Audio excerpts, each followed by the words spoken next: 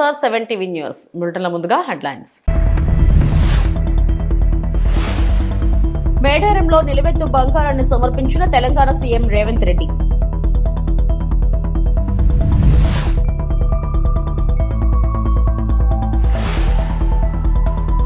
గత వైసీపీ ప్రభుత్వం పశుసంవర్ధక శాఖను నిర్వీర్యం చేస్తుందని మంత్రి అచ్చెన్నాయుడు మండిపాటు. ఎడమానూరులో ఉచిత పశు ఆరోగ్య శిబిరం ప్రారంభం.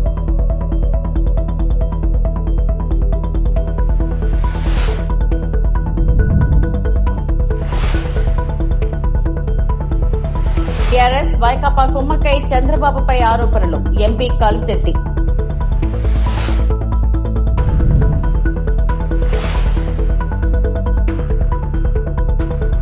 దావోస్ లో జరిగే వరల్డ్ ఎకనామిక్ ఫోరం సమ్మిట్ కు ప్రపంచవ్యాప్తంగా 65 మంది దేశాధిపతులు, పలు కంపెనీల అధిపతులు, వ్యాపారవేత్తలు, సీఈఓలు తరలి వెళ్తున్నారు.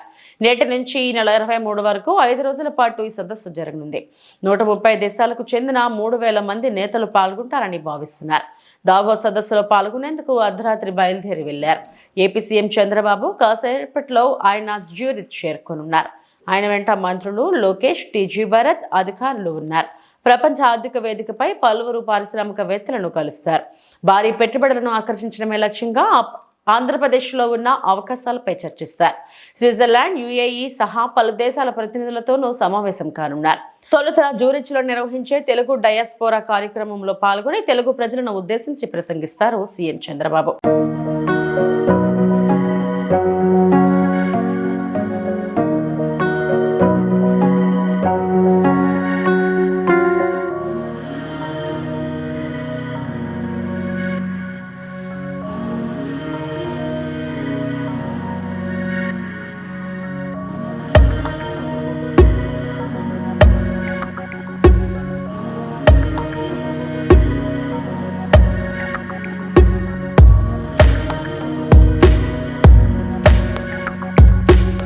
మేడారంలో గద్దెలు ఆలయ ప్రాంగణాన్ని సీఎం రేవంత్ రెడ్డి పునఃప్రారంభించారు. అనంతరం తన కుటుంబంతో కలిసి వనదేవతలు సమ్మక్క సారలమ్మను దర్శించుకున్నారు. మనవడితో కలిసి నిలువెత్తు బంగారాన్ని ఆయన సమర్పించారు. ఈ సందర్భంగా గద్దెల ప్రాంగణంలో పైలాన్ను సీఎం ఆవిష్కరించారు. కార్యక్రమంలో డిప్యూటీ సీఎం బట్టి విక్రమార్కతో పాటు పలువురు మంత్రులు, ఎమ్మెల్యేలు, ఇతర ప్రజాప్రతినిధులు పాల్గొన్నారు.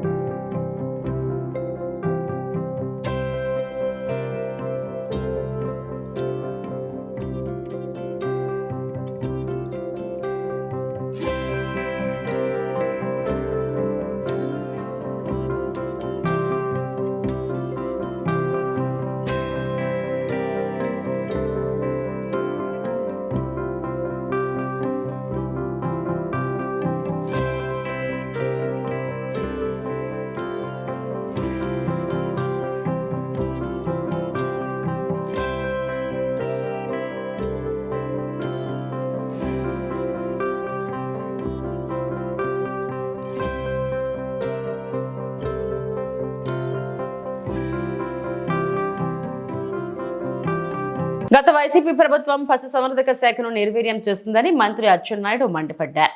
ఎన్టీఆర్ జిల్లా నిడమనూరులో ఉచిత పశు ఆరోగ్య శిబిరాన్ని ఎమ్మెల్యే యార్లగడ్డ వెంకట్రావుతో కలిసి ఆయన ప్రారంభించారు.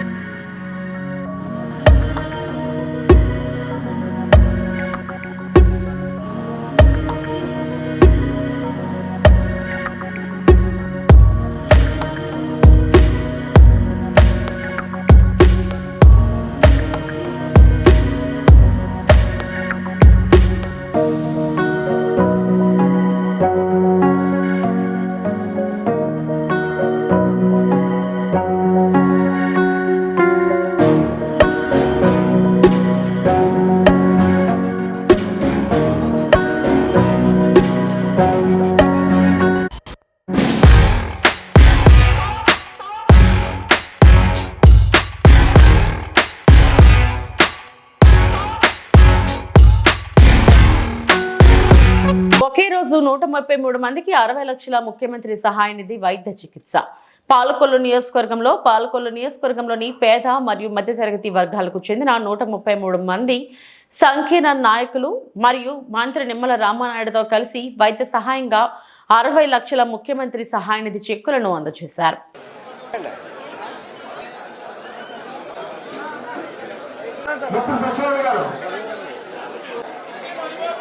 సంతోష్ నెక్స్ట్ ఉండాలి.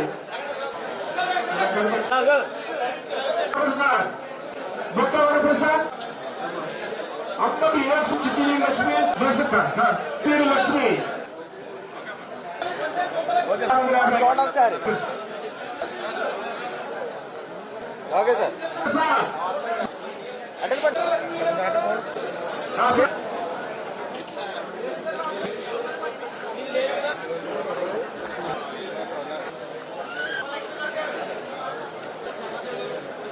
రాజుగారు చేపెట్టండి గారు.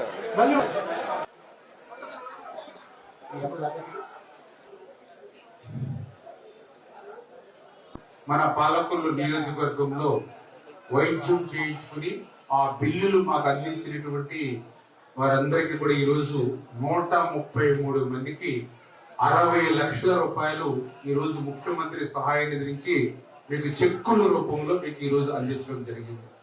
ఈ రోజు వరకు మన నియోజకవర్గంలో ఈ సంవత్సరన్నర కాలంలో చూస్తే ఇప్పటికీ 10,44 లక్షల రూపాయలు ముఖ్యమంత్రి సహాయ నిధి నుంచి మీకు చెక్కుల రూపంలో తెలుగుదేశం, జనసేన, బీజేపీ కూటమి ప్రభుత్వం మీకు అందించడం జరిగింది.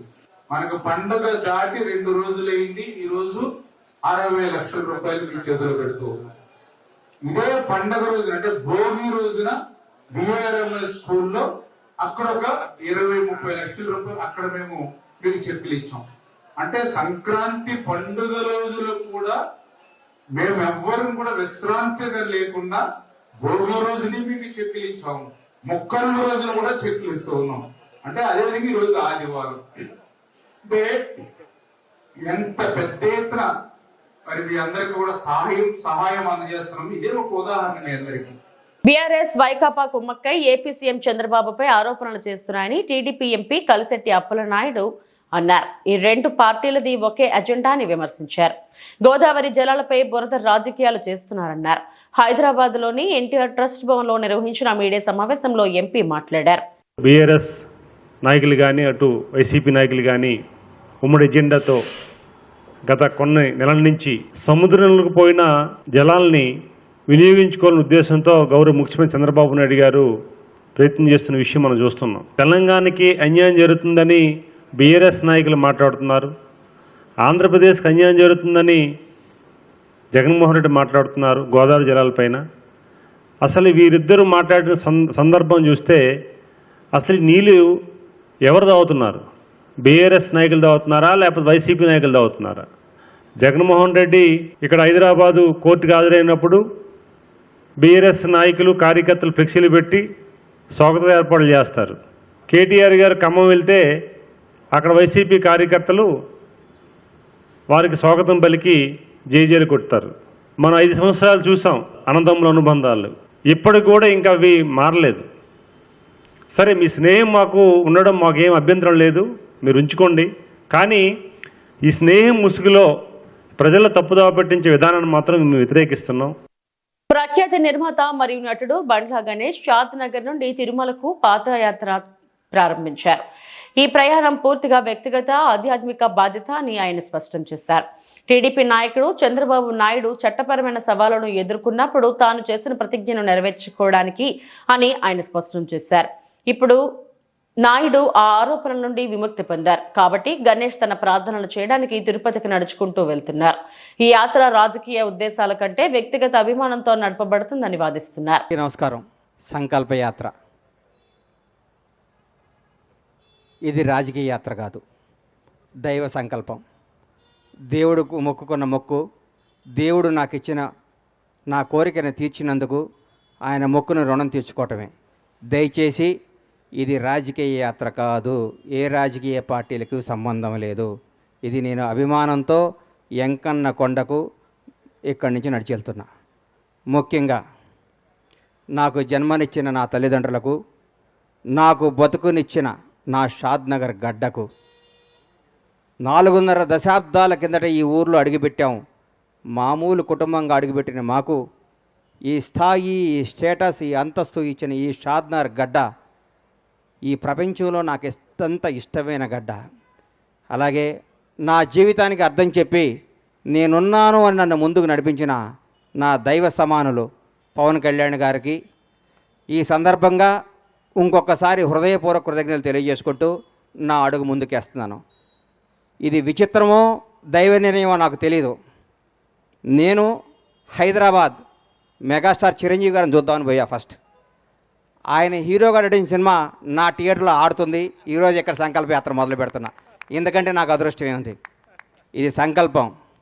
ఓ రోజు ఉదయాన్నే 4 4:30 నేను నిద్రలేసే అలవాటు. లేవంగానే నా ఫోన్ చూస్తే నంద్యాలలో చంద్రబాబు నాయుడు గారు అరెస్ట్ చేస్తున్నారు అని చెప్పారు. షాక్ అయిపోయాను. ఇదేంద్రా నాయన చంద్రబాబు గారిని అరెస్ట్ చేయటమని. నేను అనుకున్నాను చంద్రబాబు గారిని గుంటూరు తీసుకొస్తారు, అక్కడ బెయిల్ ఇస్తారు. బెయిల్ ఇచ్చినాక ఒక నాయకుడు 15 ఏళ్ల పాటు ముఖ్యమంత్రిగా చేసిన మహోన్నత వ్యక్తి, 40 ఏళ్ల సుదీర్ఘ రాజకీయ జీవితం కలిగిన వ్యక్తి, ప్రపంచవ్యాప్తంగా తెలుగు వాడికి గుర్తింపు తీసుకున్న మహోన్నత శక్తి ఆయనకి ఎందుకు జరుగుద్దులే అనుకున్నాను. సాయంత్రం వరకు ఆ నిద్రాహారాలు మాని చూస్తూ ఉన్నాను, ఎప్పుడు వస్తుందని. రాంగాలే ఆయన జైలుకి పంపిస్తున్నామన్నారు. అప్పుడు కూడా మనసును చంపుకున్నాను. రాజమండ్రి జైల్లోకి వెళ్ళే లోపు డెఫినెట్గా సార్కి బెయిల్ వస్తుంది, ఏం కాదు ఇది కూడా ఆయనకి కూడా తెలుగు ప్రజలకు తెలుస్తుందిలే, ఇది నిజమేంటో అబద్ధమేంటో అనుకుంటూ ఉండగానే లోపలికి వెళ్ళారు. 1వ రోజు, 2వ రోజు, 3వ రోజు, 4వ రోజు, అలా రోజులు గడుస్తున్నాయి. సార్ బయటికి రావట్లేదు. లోపల ఏం చేస్తున్నారని చిన్న టెన్షన్, చిన్న భయం స్టార్ట్ అయింది.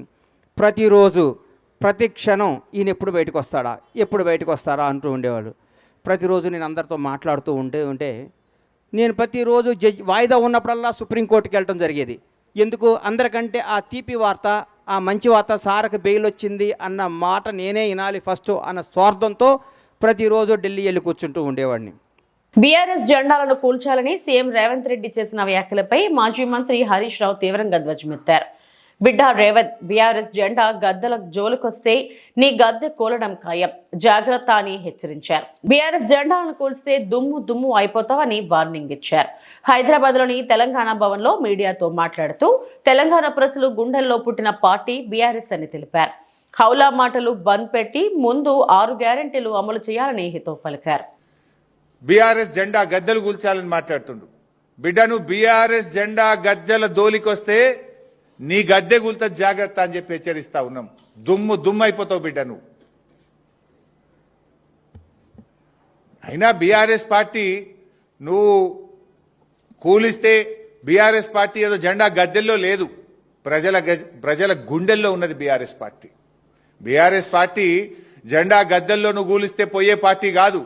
తెలంగాణ ప్రజల గుండెల్లో పుట్టిన పార్టీ బీఆర్ఎస్ పార్టీ, ప్రజల హృదయాల్లో ఉన్నటువంటి పార్టీ బీఆర్ఎస్ పార్టీ. ఈ హౌలా మాటలు బంద్ చేయి, పిచ్చి మాటలు బంద్ చేయి, 6 గ్యారెంటీల మీద దృష్టి పెట్టు. డీజీపీ కార్యాలయంలో కనీసం మనుషులుగా కూడా గౌరవించలేదని, పోలీసులు టీడీపీ కార్యకర్తలుగా పనిచేస్తున్నారంటూ వైఎస్ఆర్సీపీ నేతలు మండిపడ్డారు. దళిత కార్యకర్త సాల్మాన్ హత్యపై ఫిర్యాదు చేయడానికి వైఎస్ఆర్సీపీ నేతలు వెళ్లగా డీజీపీ కార్యాలయం స్పందించలేదు. దీంతో ఆ పార్టీ నేతలు ధర్నాకు దిగారు. చివరికి ఫిర్యాదును ఏడీజీ తీసుకున్నారు. డీజీపీ ఆఫీసుకు వచ్చిన వారిలో మాజీ మంత్రులు అంబటి రాంబాబు, విడదల రజని, వెల్లంపల్లి శ్రీనివాస్, ఎమ్మెల్యేలు లేళ్ల అప్పిరెడ్డి, రాహుల్లా, మోంటితోక అరుణ్ కుమార్, మాజీ ఎమ్మెల్యేలు మల్లాది విష్ణు, కాసు మహేష్ రెడ్డి, గోపిరెడ్డి, శ్రీనివాస్ రెడ్డి, టీజేఆర్ సుధాకర్ బాబు తదితరులు ఉన్నారు.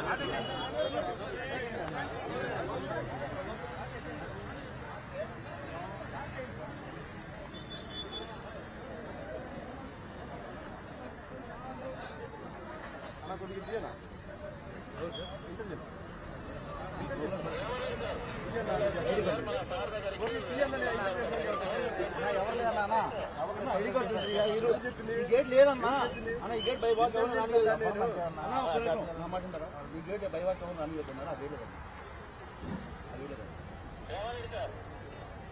పంపించాను సార్, వస్తున్నారు సార్, 6 గారు వస్తున్నారు. 3 మెంబర్స్ ఎంతకల్లా వస్తారు సార్? ఈరోజు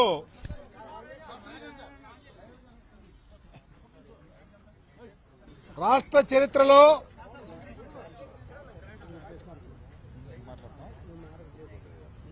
పేదవాడు ధైర్యంగా బ్రతకటానికి అవకాశం లేనటువంటి ప్రభుత్వం ఆంధ్రప్రదేశ్లో నడుస్తా ఉందని చెప్పడానికి సిగ్గుపడతా ఉన్నాం.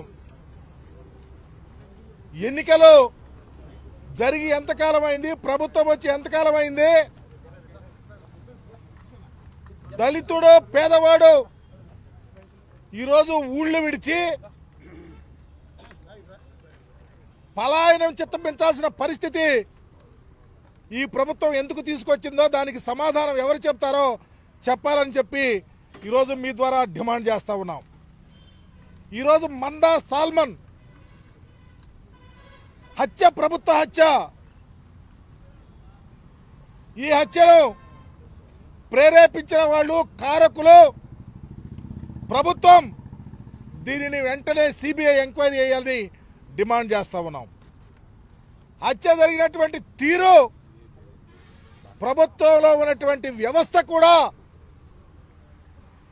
చేతులు కలిపిందంటే, మందా సాల్మన్ అనే వ్యక్తి భార్యకు బాగాపోతే ఎన్నికలైన తర్వాత ఊరు విడిచి మీ అఘాయిత్యాలకు భయపడి వేరే ప్రాంతంలో బ్రతుకుతాకు వచ్చి భార్యను చూస్తాకు వస్తే అతని మీద దాడి చేసి అతన్ని బహిరంగంగా కొట్టి తల మీద అతను హాస్పిటల్లో చావు బతుకుల మీద ఉంటే పోలీసు వారికి ఫోన్ చేసి వెళ్ళి కంప్లైంట్ ఇస్తే కేసు కట్టరు. ఎవరైతే హత్య చేశారో వాళ్ళు కౌంటర్ కంప్లైంట్ ఇస్తే అది సాల్మన్ మీద, మందా సాల్మన్ మీద, చావు బతుకుల మీద ఉన్నవాడి మీద 324 కడతారు. మందా సాల్మన్ వాళ్ళు ఇచ్చినటువంటి కంప్లైంట్ ఎవరి మీద ఇచ్చారో వాళ్ళ మీద కేసు లేదు. తరువాత ఇతను చనిపోయాడని తెలిసిన తర్వాత 2 కేసులు కట్టి కేసును ఆల్టర్నేటివ్ చేస్తారు. అది కూడా మధ్యలో రాజీలు చేశారు పోలీసు వారే. అంటే ఎవరి ప్రమేయంతో చేశారని అడుగుతా ఉన్నాం. ప్రభుత్వం ఒక పక్కా ప్లాన్ ప్రకారం, మా ప్రీతం నాయకుడి యొక్క ఆలోచన ప్రకారం జగన్మోహన్ రెడ్డి గారు ఈ ఖననం జరగకపోతే నేనే వచ్చి ఖననం చేస్తానని చెప్పటం, ఈ హత్య రాజకీయ హత్యలు చెప్పటం, ఈ హత్యలకు ఆగవారు అడగటం, ఈ హత్య జరిగిన కుటుంబాన్ని మేము ఆదుకుంటారని చెప్పటం, ఇవన్నీ ప్రజలు కళ్ళు లేని కబోజీలను అడుగుతా ఉన్నాం. చివరికి మందా సాల్మన్ కళ్ళమైపోయాడు. ఆయన కుటుంబాన్ని ఆదుకోవాలని, ఆ కుటుంబానికి ఆదరవు పోయింది. ఆ కుటుంబానికి ₹1 కోటి పైగా ఎక్స్‌గ్రేషియా ఇచ్చినా ఆ కుటుంబం ఏమి తేరుకోదు. 5 ఎకరాలు భూమి ఇచ్చినా ఆ కుటుంబం తేరుకోవటానికి ఆస్కారం లేదు. రీప్లేస్మెంట్ ఎవరిస్తారు, ఎవరిది బాధ్యతలు అడుగుతా ఉన్నాం. ఈ విషయాన్ని ప్రభుత్వంలో ఉన్నటువంటి పోలీస్ అధికారి, పెద్ద అధికారి దగ్గరికి మేము వస్తే, మేము నిన్న మా ఎమ్మెల్యే మందా సాల్మన్ అనే దళితుడిని ఈ ప్రభుత్వం కక్షగట్టి హత్య చేయించింది, ఆ కుటుంబాన్ని ఆదుకోవాలా, చట్ట ప్రకారం చర్యలు తీసుకోవాలని అడిగితే వస్తే మమ్మల్ని లోనికి వెళ్ళిరా. చివరికి వెళ్ళి ఏడీజీ గారికి కాగితం ఇవ్వటానికి అవకాశం కల్పించారు. దానికి కారణం పత్రికలు చూశారు ఎంతసేపు ఏం జరిగిందో. మేమేమే గొడవ చేయటానికో, మేము ఈ రాష్ట్రంలో మీ ప్రభుత్వం వచ్చినాక దాడులు, అఘాయిత్యాలు, అమానుషాలు జరుగుతూ ఉన్నాయి, కోకొల్లలుగా జరుగుతూ ఉన్నాయి. నిన్నగాక మొన్న అనంతపురంలో 14 మంది ఒక దళిత చిన్నారిని అఘాయిత్యం చేస్తే ఈ రోజుకి వాటి మీద చర్యలు లేవు. ఈ నెల 25న సింగనమల నియోజకవర్గం సమన్వయ సమావేశం వైఎస్ఆర్ కాంగ్రెస్ పార్టీ సింగనమల నియోజకవర్గం ఇన్ఛార్జ్ డాక్టర్ శైలజానాథ్ ఈ నెల 25వ తేదీన గార్లదిన్నె మండలం మార్తాడు రోడ్డులో ఉన్న ఫంక్షన్ హాల్లో వైఎస్ఆర్ కాంగ్రెస్ పార్టీ సింగనమల నియోజకవర్గం వర్గానికి సంబంధించి సమన్వయ కమిటీ సమావేశాన్ని నిర్వహిస్తున్నామని సింగనమల నియోజకవర్గ YSR Congress party in-charge doctor Sailajanath తెలిపారు. ఈ సందర్భంగా సమన్వయ కమిటీ సమావేశానికి సంబంధించిన ముందస్తు సమావేశాన్ని సోమవారం తన నివాసంలో సింగనమల నియోజకవర్గం నాయకులతో కార్యకర్తలతో ప్రత్యేకంగా సమావేశాన్ని నిర్వహించారు. వైఎస్ జగన్మోహన్ రెడ్డి ఆదేశాల మేరకు పార్టీ పటిష్టత లక్ష్యంగా గ్రామాన పార్టీని బలోపేతం చేసే దిశగా పెద్ద ఎత్తున కమిటీలను ఏర్పాటు చేస్తున్నామని తెలిపారు. రాష్ట్రంలో కూటమి ప్రభుత్వం చేస్తున్న అన్యాయమైన పాలనకు ప్రజలకు మద్దతు తెలిపేందుకు ప్రజలకు న్యాయం చేసే దిశగా వైఎస్ఆర్ కాంగ్రెస్ పార్టీని స్థాపించి ప్రజలకు చేరువ చేస్తున్నామని, ఇందులో భాగంగానే సమన్వయ కమిటీ సమావేశాన్ని పెద్ద ఎత్తున నిర్వహించి కమిటీలను ప్రకటిస్తామని ఆయన తెలిపారు.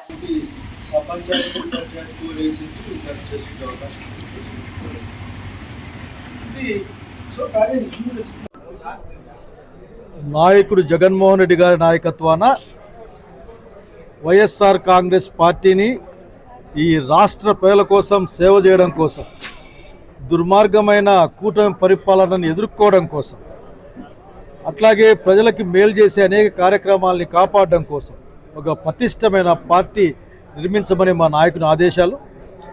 దాంట్లో భాగంగానే గ్రామంలో కూడా అన్ని కమిటీలు ఏర్పాటు చేయడానికి సమావేశం నిర్ణయం తీసుకుంది. ఒక పటిష్టమైన పార్టీ వైఎస్ఆర్ కాంగ్రెస్ పార్టీ ఎంత పటిష్టంగా ఉంటే జనంకి అంత భరోసా ఉంటుంది.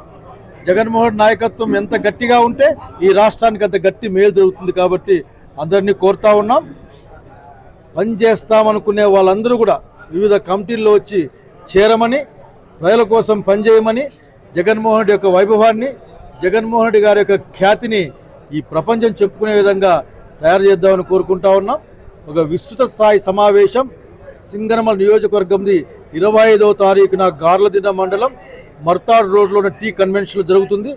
కనుక నాయకులందరూ, వివిధ హోదాల్లో ఉన్న ప్రతినిధులందరూ కూడా హాజరుగామని కోరుతా ఉన్నాం. జగన్మోహన్ రెడ్డి నాయకత్వాన్ని బలపరచడం అంటే, పార్టీని బలోపేతం చేయడం అంటే, ప్రజల యొక్క హక్కుల్ని, ప్రజల గౌరవాన్ని, ఈ రాష్ట్ర భవిష్యత్తును కాపాడమని నమ్ముతా ఉన్నాం. జై జగన్. ఇవి ఇప్పటివరకు నా బులెటిన్ అప్డేట్స్. నమస్తే.